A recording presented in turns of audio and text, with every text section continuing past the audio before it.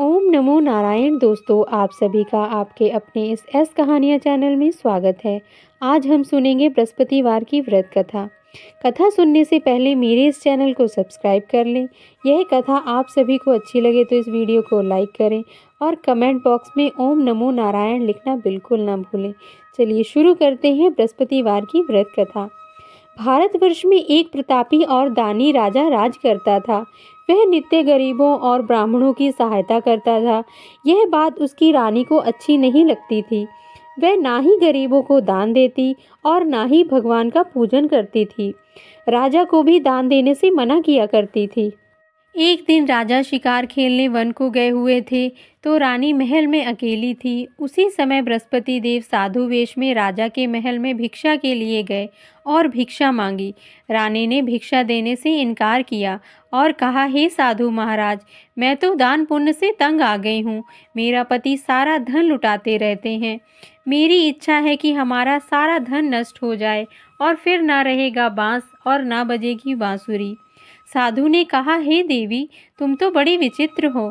धन संतान तो सभी चाहते हैं, पुत्र और लक्ष्मी तो पापी के घर भी होने चाहिए।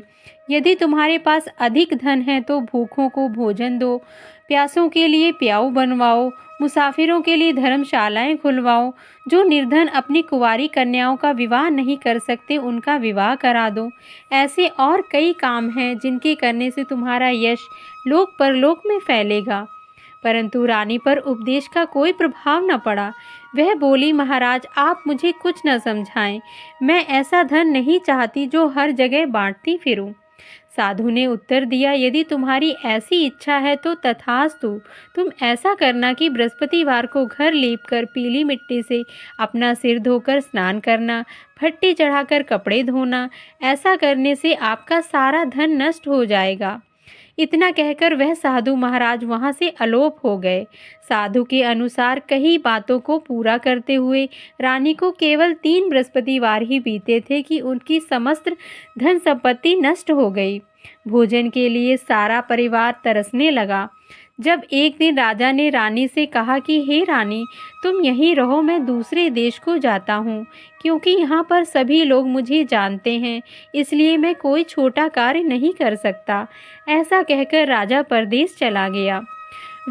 वह वहाँ जंगल से लकड़ी काट कर लाता और शहर में बेचता। इस तरह वह अपना जीवन व्यतीत करने लगा। इधर राजा के परदेश जाते ही रानी और दासी दुखी रहने लगी। एक बार जब दासी और रानी 7 दिन तक बिना भोजन के रहना पड़ा तो रानी ने अपनी दासी से कहा, हे दासी, पास ही के नगर में मेरी बहन रहती है।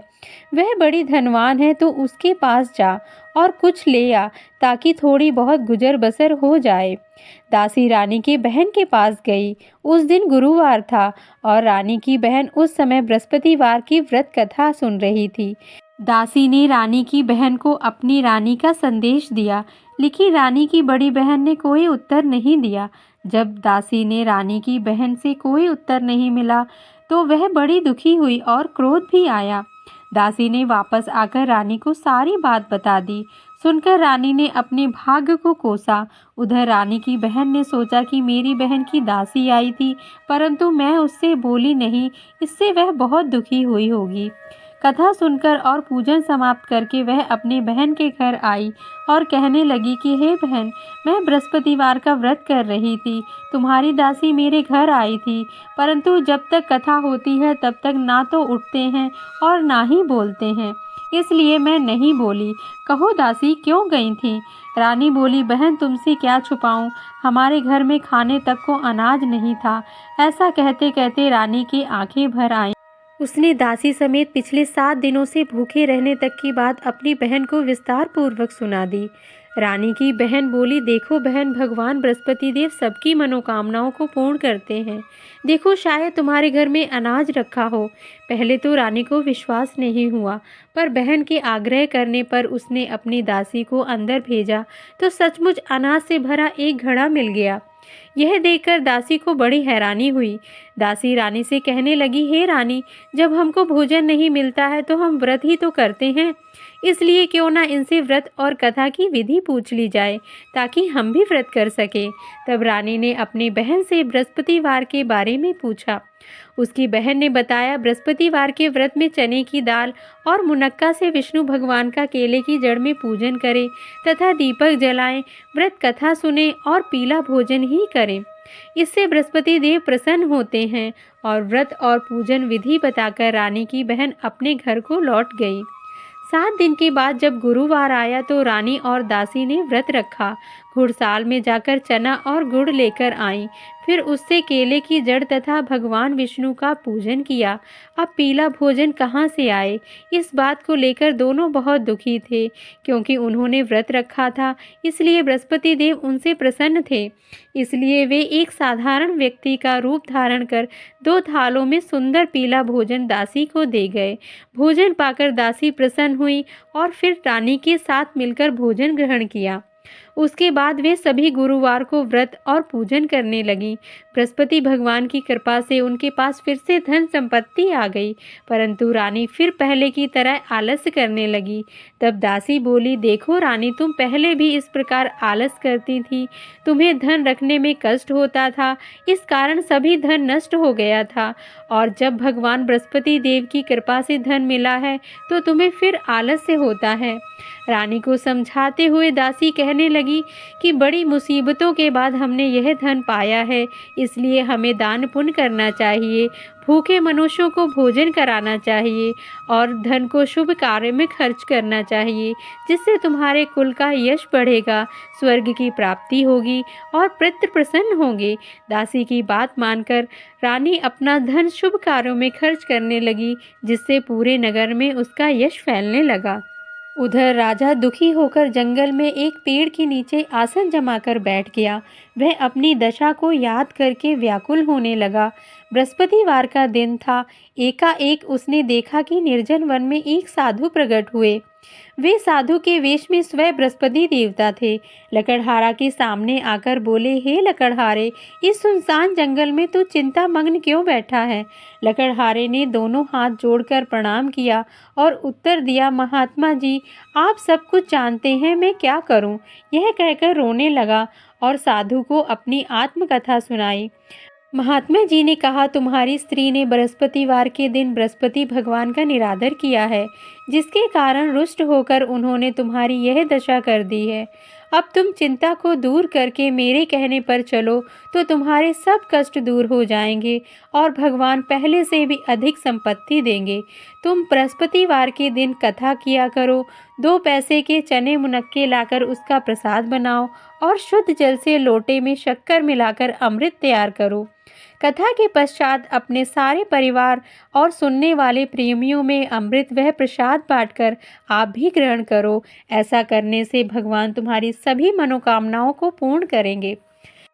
साधु के ऐसे वचन सुनकर लकड़हारा बोला, हे प्रभु, मुझे लकड़ी बेचकर इतना पैसा नहीं मिलता जिससे भोजन के उपरांत कुछ बचा सकूं।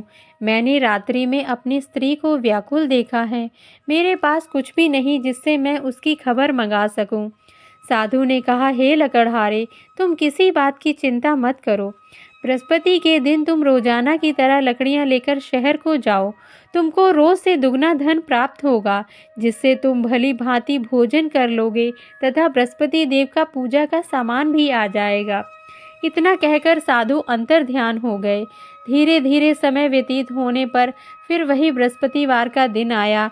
लकड़हारा जंगल से लकड़ी काटकर किसी शहर में बेचने गया और उस दिन उसको बाकी दिनों से अधिक पैसा मिला। राजा ने चना गुड़ आदि लाकर गुरुवार का व्रत किया। उस दिन से उसके सभी क्लेश दूर हो गए। परंतु जब दोबारा गुरुवार का दिन आया तो बृहस्पतिवार का व्रत करना भूल गया। इस कारण बृहस्पति भगवान नाराज हो गए। उस दिन नगर के राजा ने विशाल यज्ञ का आयोजन किया था। शहर में यह घोषणा करा दी थी कि कोई भी मनुष्य अपने घर में भोजन न बनावे, न आग जलावे। समस्त जनता मेरे यहाँ भोजन करने आवे। इस आज्ञा को जो नहीं मानेगा उसे फांसी की सजा दी जाएगी। इस तरह की घोषणा संपूर्ण नगर में करवा दी गई। राजा के आज्ञा के अनुसार शहर के सभी लोग भोजन करने आए, लेकिन लकड़हारा कुछ देर से पहुंचा। इसीलिए राजा उसको अपने साथ घर लिवा ले गए और ले जाकर भोजन करा रहे थे तो रानी की दृष्टि उस खूंटी पर पड़ी जिस पर उसका हार लटका हुआ था। वह वहां पर नहीं दिखाई दिया। रानी ने निश्चय किया कि मेरा हार इस मनुष्य ने चुरा लिया है। उसी समय सिपाहियों को बुलवाकर उसने कारागार में डलवा दिया।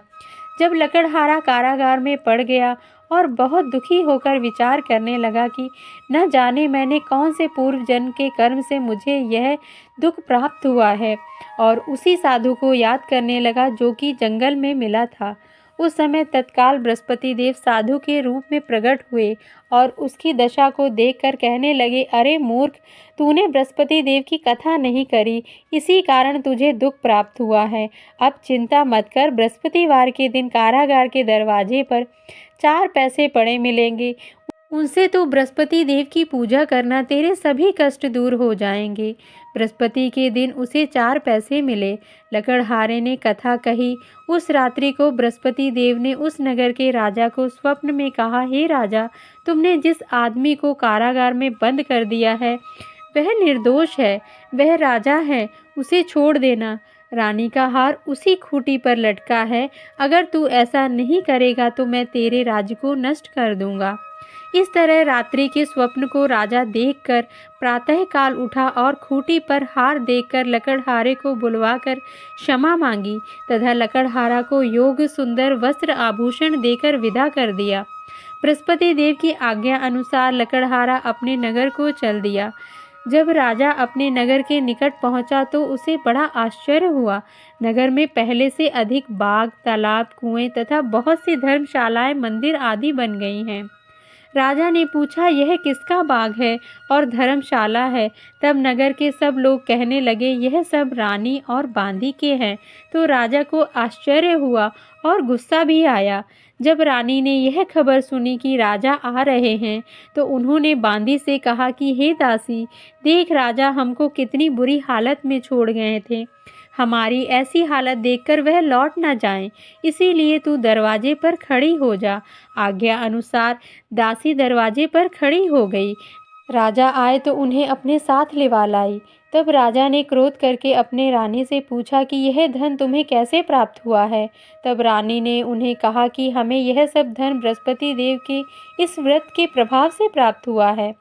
राजा ने निश्चय किया कि 7 रोज बाद तो सभी बृहस्पति देव का पूजन करते हैं, परंतु मैं प्रतिदिन दिन में 3 बार कहानी तथा रोज व्रत किया करूँगा। अब हर समय राजा के दुपट्टे में चने की दाल बंधी रहती तथा दिन में 3 बार कहानी कहता। एक रोज राजा ने विचार किया कि चलो अपने बहन के यहाँ हो आवें। इस तरह निश्चय कर राजा घोड़े पर सवार हो अपने बहन के यहाँ को चलने लगा। मार्ग में उसने देखा कि कुछ आदमी मुर्दे को लिए जा रहे हैं। उन्हें रोककर राजा कहने लगा, अरे भाइयों, मेरे बृहस्पति देव की कथा सुन लो। वे बोले, लो, हमारा तो आदमी मर गया है, इसको अपनी कथा की पड़ी है। परंतु कुछ आदमी बोले, अच्छा कहो, हम तुम्हारी कथा भी सुनेंगे। राजा ने दाल निकाली और जब कथा आधी हुई तो मुर्दा हिलने लग गया, और जब कथा समाप्त हो गई तो राम राम करके मनुष्य उठकर खड़ा हो गया। आगे मार्ग में उसे एक किसान खेत में हल चलाता मिला। राजा ने उसे देख और उससे बोले, अरे भैया, तुम मेरी बृहस्पतिवार की कथा सुन लो। किसान बोला, जब तक मैं तेरी कथा सुनूंगा तब तक 4 हरैया जोत लूँगा।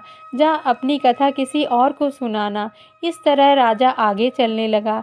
राजा के हटते ही बैल पछाड़ खाकर गिर गए और किसान के पेट में बड़ी जोर का दर्द होने लगा। उस समय उसकी माँ रोटी लेकर आई। उसने जब यह सब देखा तो उसके पुत्र से हाल पूछा और बेटे ने सभी हाल कह दिया। तो बुढ़िया दौड़े दौड़े उस घुड़सवार के पास गई और उससे बोली कि मैं तेरी कथा सुनूंगी, तू अपनी कथा मेरे खेत पर चलकर ही कहना। राजा ने बुढ़िया के खेत पर जाकर कथा कही, जिसके सुनते ही वह बैल उठकर खड़े हो गए और किसान के पेट का दर्द भी बंद हो गया। राजा अपनी बहन के घर पहुंचा। बहन ने भाई की खूब मेहमानी की।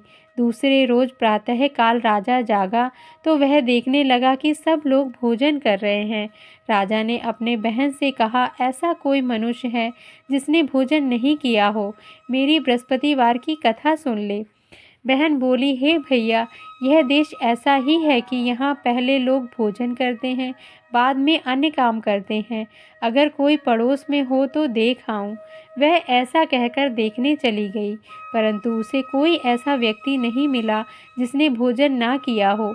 अंततः वह एक कुम्हार के घर गई जिसका लड़का बीमार था। उसे मालूम हुआ कि उनके यहाँ 3 रोज से किसी ने भोजन नहीं किया है। रानी ने अपने भाई की कथा सुनने के लिए कुम्हार से कहा तो वह तैयार हो गया।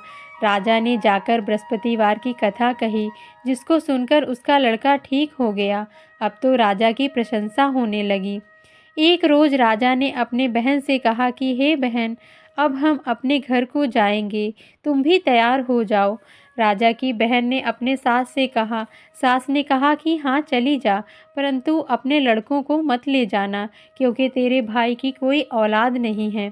बहन ने अपने भैया से कहा, हे भैया, मैं तो चलूँगी पर कोई बालक नहीं जाएगा। राजा बोला, जब कोई बालक नहीं चलेगा तब तुम ही क्या करोगी। बड़े दुखी मन होकर राजा अपने नगर को लौट आया।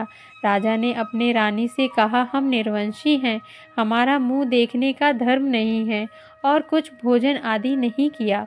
रानी बोली, हे प्रभु, बृहस्पति देव ने हमें सब कुछ दिया है, वह हमें औलाद अवश्य देंगे।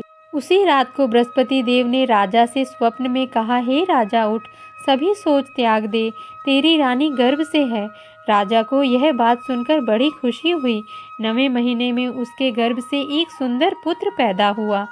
तब राजा बोला, हे रानी, स्त्री बिना भोजन के रह सकती है पर बिना कहे नहीं रह सकती। जब मेरी बहन आवे तब तुम उससे कुछ मत कहना। रानी ने सुनकर हाँ कर दिया। जब राजा की बहन ने यह शुभ समाचार सुना तो वह बहुत खुश हुई तथा बधाई लेकर अपने भाई के यहाँ आई। तब रानी ने कहा, घोड़ा चढ़कर तो नहीं आई, गधा चढ़ी चली आई।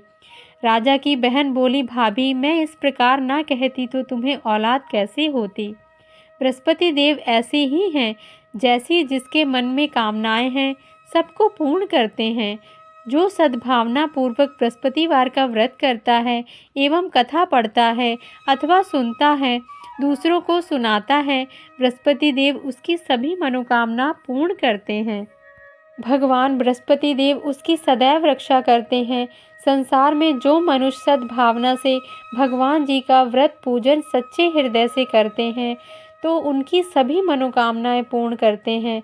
जैसी सच्ची भावना से रानी और राजा ने उनकी कथा का गुणगान किया तो सभी इच्छाएं बृहस्पति देव ने पूर्ण की थी। इसलिए पूर्ण कथा सुनने के बाद प्रसाद लेकर जाना चाहिए। हृदय से उसका मनन करते हुए जयकारा बोलना चाहिए। बोलो बृहस्पति देव की जय, बोलिए भगवान विष्णु की जय। आप सभी को यह बृहस्पतिवार की व्रत कथा अच्छी लगी हो तो मेरे इस चैनल को सब्सक्राइब कर लें, इस वीडियो को लाइक करें और कमेंट बॉक्स में ओम नमो नारायण लिखें। राधे राधे।